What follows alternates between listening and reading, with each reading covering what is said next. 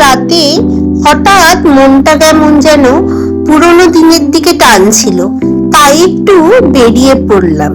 অনেকদিন পর ঘুরে এলাম আমাদের পুরনো পাড়ায়। তার আগে তোমার দাদার সাথে একটু এদিক ওদিক ঘুরে নিলাম। মনটা বেশ হাওয়ায় ফুরফুর করছিল, বেশ ভালো লাগছিল। অনেকদিন পর বাড়ি থেকে বেরিয়েছি। আমরা যখন বেরিয়েছিলাম মোটামুটি রাস্তার সমস্ত দোকান পাশাদি বন্ধ হয়ে গেছিল, 2-4টে দোকান খোলা ছিল।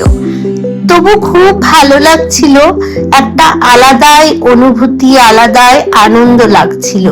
তোমার দাদাকে বললাম চলো পুরনো পাড়া থেকে একটু ঘুরে আসি। আমি বলছে কি হবে?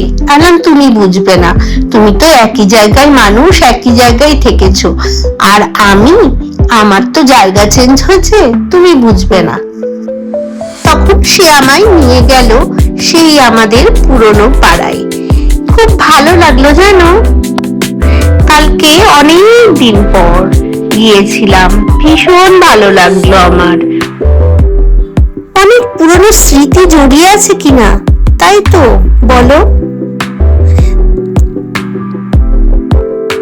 চলো যাওয়া যাক। পুরনো এই রাস্তাগুলো, এই গলিগুলো, কত স্মৃতি জড়িয়ে আছে এখানে। ছোটবেলার কত হাসি, কত গল্প, কত মানুষ এই গলিগুলোতে ছিল।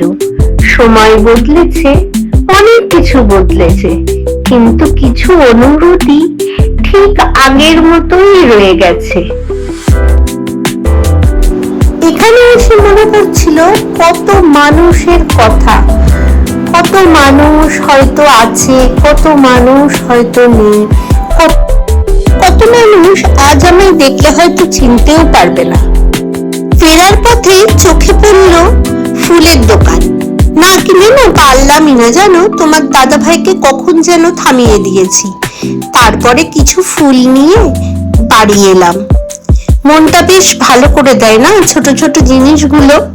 বাড়িতে এসেই ফুলগুলোর সুন্দর করে সাজিয়ে নিলাম আমার ডাইনিং টেবিলের উপর। একটু রং, একটু সৌন্দর্য যোগ হলো আমার আজকের দিনে। জীবন সবসময় বড় বড় আনন্দে নয়, কিছু কিছু ছোট ছোট জিনিসই পাওয়া যায় বলো।